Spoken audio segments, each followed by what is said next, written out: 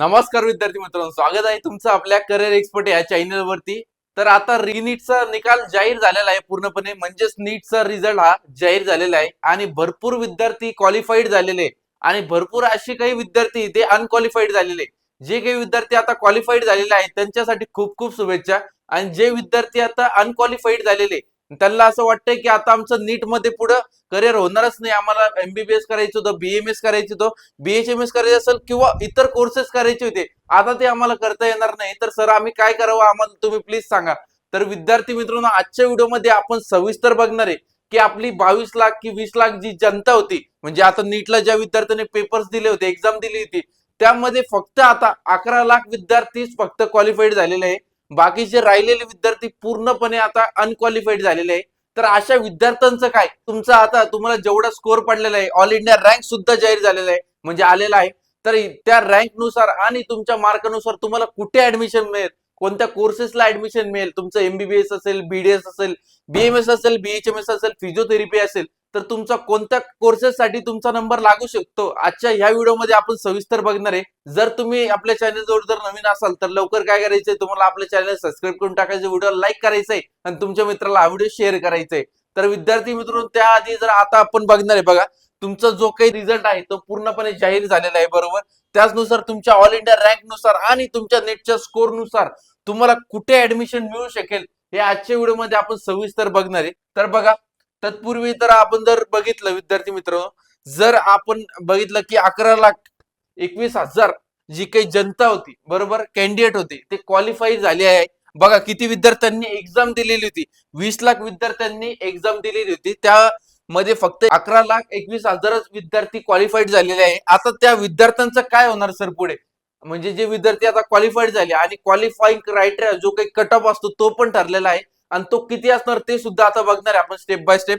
त्याआधी तुम्ही बघून घ्या की 11,21,000 जनता क्वालिफाईड झाली आणि बाकीची पूर्ण जनता जी काही आहे ती अनक्वालिफाईड झाली। तर आता त्यांचं काय, जे काही क्वालिफाईड आहे त्यांना फक्त त्यांच्या क्वालिफाईड मार्क्स नुसार सुद्धा त्यांना कोणत्या पण कोर्सेसला ते डायरेक्ट ऍडमिशन करू शकता, आणि जे आता अनक्वालिफाईड आहे त्यांना फक्त फिजिओथेरपी मिळू शकतं महाराष्ट्रामध्ये, इतर त्यांना कोणताच कोर्स महाराष्ट्रामध्ये मिळू शकणार नाही। विद्यार्थी मित्रांनो, महाराष्ट्र नाही तर इंडियामध्ये कुठेच त्यांना ऍडमिशन होऊ शकणार नाही, फक्त फिजिओथेरपीसाठी त्यांचा कॉलेजेससाठी नंबर लागू शकतो, बरोबर।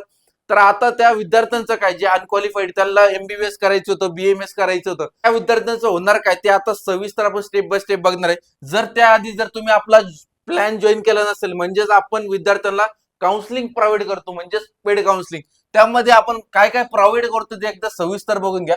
म्हणजे ऑल कॅपराऊंड साठी आपण विद्यार्थ्यांना ही काउन्सिलिंग प्रोव्हाइड करत असतो, त्यामध्ये आपली 5,999 फीज असणार आहे। सर ही तर फीस खूप जास्त झाली, तर मग आता कसं आपण जॉईनिंग करायचं, तर विद्यार्थी मित्रांनो याच्यामध्ये बघून की आपण स्टेप बाय स्टेप काय काय विद्यार्थ्यांना प्रोव्हाइड करतोय। असं नाही की आपण फीस जास्त घेतोय म्हणजे याच्यामध्ये आम्हाला काय मिळणार, फक्त रजिस्ट्रेशन आणि कॅपराऊंड वगैरे म्हणजे तुमची माहिती प्रॉपर मिळेल का, तर त्यामध्ये ऑनलाईन रजिस्ट्रेशन आपल्याकडून करून दिलं जाईल, म्हणजे अचूक जे काही रजिस्ट्रेशन असतं ते आपली टीम करून देत असते, म्हणजे आपले ऑपरेटर्स असतात, ते पूर्णपणे तुमचा फॉर्म फिल करतात। तुम्हाला फक्त काय करायचंय, व्हॉट्सअपला तुमचे डॉक्युमेंट्स पाठवायचे आणि तुमचं ऍडमिशन आपण पूर्णपणे करून देणार। म्हणजे डॉक्युमेंट अपलोडिंग असो, डॉक्युमेंट व्हेरिफिकेशन असो, संपूर्ण माहिती करत असतो आपण। चॉईस फिलिंग स्ट्रॅटेजी असते आपल्याकडे, त्यानुसार आपण जे काही तुमचा ऑल इंडिया रँक असेल किंवा तुमचा स्कोर असेल, त्यानुसार एसएमएल असेल, त्यानुसार कुठे ऍडमिशन होऊ शकतं ते सुद्धा आपण पहिल्याच दिवशी सांगून देतो विद्यार्थ्यांना। त्यानंतर प्रिव्हियस इयरचे कॉलेजेस कट ऑफ पीडीएफ द्वारे आपण विद्यार्थ्यांना प्रोव्हाइड करत असतो आपल्या पेड काउन्सिलिंगच्या ग्रुपमध्ये जॉईन केल्याच्या नंतर। त्याचबरोबर त्यानंतर तुमचं जे काही गर्ल्सला पूर्णपणे एज्युकेशन फ्री आहे त्याबद्दल सुद्धा पूर्णपणे माहिती देत असतो आपण। त्यानंतर 100% कॉलेज ऍडमिशन गॅरंटी कोणीच देत नाही, पण आपण सुद्धा देतो स्वतः। तर त्यानंतर विद्यार्थी कॉलेज सिलेक्शन सपोर्ट आणि व्हॉट्सअप सपोर्ट, जे काही तुम्ही पेड काउन्सिलिंग जॉईन केल्याच्या नंतर आपण विद्यार्थ्यांना पेड काउन्सिलिंगच्या ग्रुपमध्ये ऍड करतो, त्यानंतर त्यांना सविस्तर माहिती आपण प्रोव्हाइड करत असतो। त्यानंतर बघा 92093 चा हा नंबर आहे, यावरती तुम्ही संपर्क करून किंवा या व्हॉट्सअप नंबरला तुम्ही मेसेज करू शकता, डायरेक्ट डीएम करू शकता की I am interested in paid counselling. तर आमची जी काही टीम आहे ती विदिन हावर मध्ये तुम्हाला कॉल करून तुमच्याशी संपर्क साधून तुमचं पेड काउन्सिलिंगचं जे काही प्रोसेस असेल ते जॉईन करण्यात येईल, बरोबर। आता आपण बघणार की आता क्वालिफाईंग क्रायटेरिया किती असणार आहे, कट ऑफ किती ठरला गेला, तर आता ते सविस्तर बघून घ्या। बघा विद्यार्थी मित्रांनो, या ठिकाणी आल्याच्या नंतर नीट यूजी 2026 साठी क्वालिफाईंग कट ऑफ डिक्लेअर झालेला आहे, बरोबर. त्याचबरोबर category wise qualifying cut off marks बघणार आहे आपण. म्हणजेच आता जनरल साठी बघू, ईडब्ल्यू साठी 213 वरती आता क्वालिफाईंग क्रायटेरिया ठरलेला होता. मागील वर्षी किती होता ओपन कॅटेगरी साठी, जनरल साठी 144 प्लस होता. आता या वर्षी खूपच जास्त म्हणजे त्यांनी वाढ केलेली, 213 मार्क्स वरती. आता तुम्हाला 213 मार्क्स असेल ओपन कॅटेगरीला, तरच तुम्हाला कर्नाटक असेल किंवा युपी असेल, एमपी असेल किंवा महाराष्ट्र स्टेट असेल, तिथे तुम्हाला डायरेक्ट ऍडमिशन मिळू शकते, डायरेक्ट जे काही 213 मार्क्स वरती. इतर तुम्हाला जर त्यापेक्षा एक जरी मार्क कमी असला तर तुम्ही डायरेक्ट अनक्वालिफाईड आहात, बरोबर. त्याचबरोबर आता रिझर्व्ह कॅटेगरीसाठी बघू, म्हणजे ओबीसी, एससी, एसटी, व्हीजेएनटी साठी 177 मार्क्स वरती तुम्हाला आता क्वालिफाईंग क्रायटेरिया ठरलेला आहे याच्यासाठी. तर करायचं काय, याचा एक जरी मार्क तुम्हाला कमी असेल तर तुम्ही पूर्णपणे अनक्वालिफाईड आहात. तुम्हाला याचा एक मार्कने सुद्धा तुम्ही कोणत्याच कोर्सेसला ऍडमिशन घेऊ शकणार नाही, फक्त तुम्ही फिजिओथेरपीसाठी घेऊ शकाल. ओके. त्यानंतर आता आपण जे काही ऑर्फन पीडब्ल्यू कॅन्डिडेट आहे ईडब्ल्यू साठी 194 वर विद्यार्थ्यांना आता क्वालिफाईंग क्रायटेरिया ठरला गेलेला आहे. म्हणजे मागील वर्षी खूपच कमी होता, पण ह्या वर्षी त्यांनी खूप जास्त जो काही क्वालिफाईंग क्रायटेरिया आहे तो ठरला गेलेला आहे. तर त्यानुसार आता तुम्हाला विद्यार्थ्यांना आहे ना, कोणत्या कोणत्या कोर्सेसला डायरेक्ट मॅनेजमेंट मधून असो किंवा तुमचं डायरेक्ट तुम्हाला कर्नाटकामध्ये बीएमएस करायचं असेल 14 लाखापासून 20 लाखापर्यंत, तर तुम्हाला हा जो काही क्रायटेरिया हा धरून चालायचा आहे. जर का तुम्ही याच्यामध्ये बसत असाल तर नक्कीच तुम्हाला मॅनेजमेंट साठी ऍडमिशन मिळू शकेल. जर याच्या वरती असेल, चांगले मार्क्स असेल, तर कॅप थ्रू महाराष्ट्रामध्ये चांगल्या कोर्सेसला ऍडमिशन मिळू शकेल. ओके. त्यानंतर आता आपण बघणार आहे जो काही आता मागील वर्षीचा कट ऑफ होता बघा, गव्हर्नमेंट कॉलेज साठी, एमबीबीएस साठी जो काही गव्हर्नमेंट कॉलेजेसचा कट ऑफ होता, तुम्ही बघू शकता. ओपन कॅटेगरी साठी किती होता बघा, ओपन कॅटेगरी साठी जनरल साठी किती होता, तर 45,082 होता, बरोबर. त्याचबरोबर एसएमएल किती असणार तुमचा, 3,363 असणार. आणि त्यानुसार मार्क किती असणार जनरल कॅटेगरीसाठी, 506 वरती सुद्धा विद्यार्थ्यांना अलॉटमेंट झालेली ती एमबीबीएस गव्हर्नमेंट कॉलेजसाठी. त्याचबरोबर जर वुमनचा विचार केला तर 45,146 मार्कवर जे काही ऑल इंडिया रँक आहे त्याच्यानुसार आणि वुमनचा एसएमएल नुसार 3,370 वरती 506 वरती या ठिकाणी अलॉटमेंट झाली होती, म्हणजे सेमच इक्वल टू होतं. त्याचबरोबर ओबीसी कॅटेगरीसाठी बघा, ओबीसी कॅटेगरीसाठी 48,013 वरती विद्यार्थ्यांना ऑल इंडिया रँक पाहिजे होता. त्याचबरोबर 3,615 वरती एसएमएल होता. त्याबरोबर 503 वरती विद्यार्थ्यांना ओबीसी कॅटेगरी वाल्यांना अलॉटमेंट झालेली होती. कोणत्या याच्यासाठी, गव्हर्नमेंट एमबीबीएस कॉलेजेससाठी, बरोबर. त्यानंतर एससी साठी जर बघितलं आपण, जे काही तुमचा 1,58,036 असा गेला होता तुमचा ऑल इंडिया रँक. त्यानुसार जनरलचा एसएमएल किती होता, 11,713 गेला होता, बरोबर. त्याचबरोबर आता तुम्ही बघितलं, जर मार्क बघितले तर 428 वर सुद्धा विद्यार्थ्यांना अलॉटमेंट झालेली होती. आणि त्याचबरोबर तुम्ही बघू शकता कॅटेगरी वाईज जो काही स्ट्रक्चर आहे तुमच्या समोर शो होत आहे. त्याचबरोबर प्रायव्हेट साठी जर बघितलं आपण, ओपन साठी, तो ओपन साठी किती गेलेला होता बघा, जे काही तुमचा 82,831 वरती ऑल इंडिया रँक होता ओपन साठी. आणि त्याचबरोबर 10,918 वरती एसएमएल गेलेला होता आणि 476 वर सुद्धा विद्यार्थ्यांना अलॉटमेंट झालेली होती. बघा विद्यार्थी मित्रांनो, मागील वर्षीचा खूप कमी कट ऑफ होता, पण ह्या वर्षीचा थोडा एक्सपेक्टेड कट ऑफ सुद्धा आपण बघणार आहे. तर तुम्हाला स्क्रीनवरती पूर्ण जो काही कट ऑफ आहे तो शो होत आहे, तुम्ही वाटलंच तर स्क्रीनशॉट सुद्धा घेऊ शकता याचा. ओके. तर आता विद्यार्थी मित्रांनो तुम्ही बघू शकता की आता 2026 साठी एक्सपेक्टेड महाराष्ट्र एमबीबीएस साठी किती कट ऑफ असणार, बरोबर.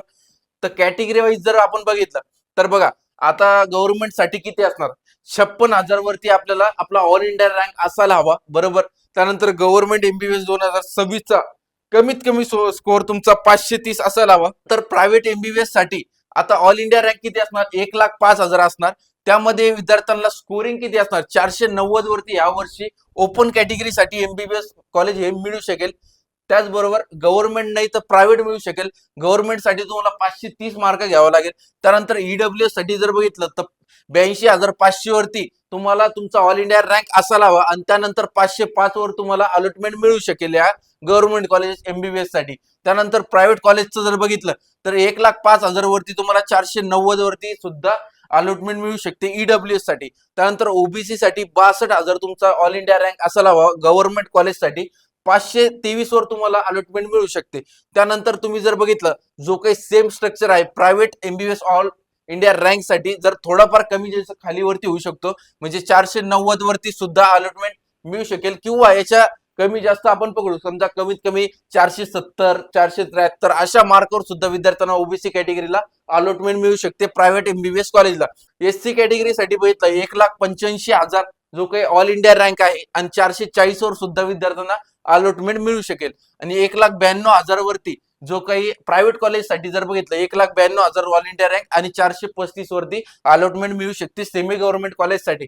आणि एसटी कॅटेगरीसाठी जर बघितलं 3,85,000 जर पकडला ऑल इंडिया रँक गव्हर्नमेंट कॉलेजचा आणि 355 वर सुद्धा या वर्षीचा जो काही तुमचा एक्सपेक्टेड कट ऑफ असू शकतो एमबीबीएस कॉलेजचा गव्हर्नमेंट कॉलेजचा. आणि 3,90,000 जो काही प्रायव्हेट कॉलेजेस आहे आणि त्यासाठी तुम्हाला किती मार्क्स लागणार, स्कोर किती लागणार, 350 हा स्कोर लागणार आहे. एनटीडी साठी किती असणार, 63,000 तुमचा ऑल इंडिया रँक असणार, 525 तुम्हाला स्कोर असायला हवा. त्यानंतर 1,05,000 तुम्हाला प्रायव्हेट कॉलेजसाठी 490 असायला हवं. थोडेफार मार्क कमी जास्त होऊ शकते, पण हा जो काही एक्सपेक्टेड कट ऑफ आहे 2026 साठी हा इक्वल टू तुम्ही पकडून चला विद्यार्थी मित्रांनो. जो काही जनरल कॅटेगरी असेल, ईडब्ल्यूएस असेल, ओबीसी असेल, एससी असेल, एसटी असेल, यानुसार तुम्हाला येणार आहे. तर विद्यार्थी मित्रांनो आता बीएमएस साठी किती असणार सर, बीएमएस साठी जर ओपन कॅटेगरी विद्यार्थी असेल, ओपन कॅटेगरीसाठी कमीत कमी तुम्हाला 300 प्लस मार्क असायला हवे. 300 प्लस जर तुमचे मार्क येत असेल तर सेमी गव्हर्नमेंट साठी तुमचे नक्कीच अलॉटमेंट होऊ शकते. एससीबीसी कॅटेगरी असो, ओपन असो किंवा तुमची ओबीसी कॅटेगरी असो, 300च्या प्लस जर तुम्हाला मार्क येत असेल तो तुम्हाला 100% बीएमएस कॉलेज हे मिळू शकेल सेमी गव्हर्नमेंट. आणि गव्हर्नमेंट साठी किती असणार सर, ओपन कॅटेगरी जनरलचा जर आपण पकडला तर कमीत कमी तुम्हाला 350 प्लस असायला हवे. म्हणजे 380 390 असे जर मार्क असेल तर तुम्हाला गव्हर्नमेंट कॉलेज बीएमएस मिळू शकेल. त्याचबरोबर जर आपण आता बघितलं की आम्हाला सर आता सेमी गव्हर्नमेंट पाहिजे, तर सेमी गव्हर्नमेंट साठी 300 प्लस जरी असले तर बीएमएस 100% मिळून जाईल. आता बीएचएमएसचं काय सर, बीएचएमएसचं तर मागील वर्षी खूप कमी कट ऑफ गेला, तर यावर्षी किती जाणार. बीएचएमएस साठी साधारण पकडून चला प्रायव्हेट आणि सेमी गव्हर्नमेंट कॉलेजचा 250 प्लस जर तुम्हाला मार्क पडत असेल तर 100% बीएचएमएस कॉलेज तुम्हाला मिळून जाईल. त्याचबरोबर एससीबीसी असो किंवा ओबीसी जरी असेल तरी तुम्हाला 250 प्लस असायला हवे. आणि जर ज्या विद्यार्थी एससी आणि एसटी येत असेल कॅटेगरी तर त्यांचं बीएचएमएस जर का त्यांना मार्क 213 प्लस असेल, समजा त्यांचे मार्क पडत असेल 220 230, तर त्यांना बीएचएमएस मिळेल का, तर 100% त्यांना बीएचएमएस कॉलेज सेमी गव्हर्नमेंट मिळेल. आणि गव्हर्नमेंटचा विचार केला तर 350 किंवा 300 प्लस जर असेल तर ओपन कॅटेगरीसाठी गव्हर्नमेंटचं अलॉटमेंट येऊ शकते बीएचएमएस कॉलेजला. आणि त्याचबरोबर बीडीएस जर बघितलं इक्वल टू एमबीबीएस सारखंच आहे. म्हणजे तुम्हाला कमीत कमी बीडीएस साठी गव्हर्नमेंटची अलॉटमेंट जर काढायची असेल तर तुम्हाला 350 प्लसच मार्क घ्यावा लागेल. आणि तुम्हाला जर प्रायव्हेटचं करायचं असेल तर तुम्हाला कमीत कमी जस्ट तुम्ही 290-300 पर्यंत जरी गेलात तरी तुम्हाला अलॉटमेंट मिळू शकेल. तर आता विद्यार्थी मित्रांनो जे अनक्वालिफाईड विद्यार्थी आहे त्यांचं काय, तर त्यांचं विद्यार्थी मित्रांनो आता ह्या वर्षी जो काही क्वालिफाईंग क्रायटेरिया तो खूप जास्त केलेला आहे. तर तुम्हाला लास्ट पर्यंत वेट करायचंय. क्वालिफाईंग क्रायटेरिया हा कमी होऊ शकतो, कारण की एवढा क्वालिफाईंग क्रायटेरिया ओपन कॅटेगरीसाठी आजपर्यंत अकॅडमिक इयर मध्ये कधीच एवढा वाढलेला नाही. पण आजच्या या अकॅडमिक इयर 2026 साठी खूप जास्त ओपन कॅटेगरीसाठी हा केलेला आहे. तर कमीत कमी हा कमी होऊ शकतो. तर तुम्हाला काय करायचंय आता, फक्त वेट करायचंय अनक्वालिफाईड विद्यार्थ्यांना. आणि जे आता इलिजिबल आहे त्यांना आपल्याशी संपर्क करून तुमच्या कमेंटमध्ये फक्त एवढंच टाईप करायचंय तुमचा ऑल इंडिया रँक आणि स्कोर आणि कॅटेगरी. तुम्हाला त्यानुसार आम्ही सांगू शकतो तुमचं कोणत्या कॉलेजला ऍडमिशन होऊ शकते, बरोबर. किंवा ते नसेल जमेत तर तुम्ही खाली दिलेल्या नंबरवरती संपर्क करून आजच तुम्ही पेड काउन्सिलिंग जॉईन करू शकता. किंवा तुमचे जे काही शंका असतील तर तुम्ही ते प्रश्न विचारू शकता. तर भेटूया अशाच इन्फॉर्मेटिव्ह व्हिडिओ सोबत. तोपर्यंत धन्यवाद.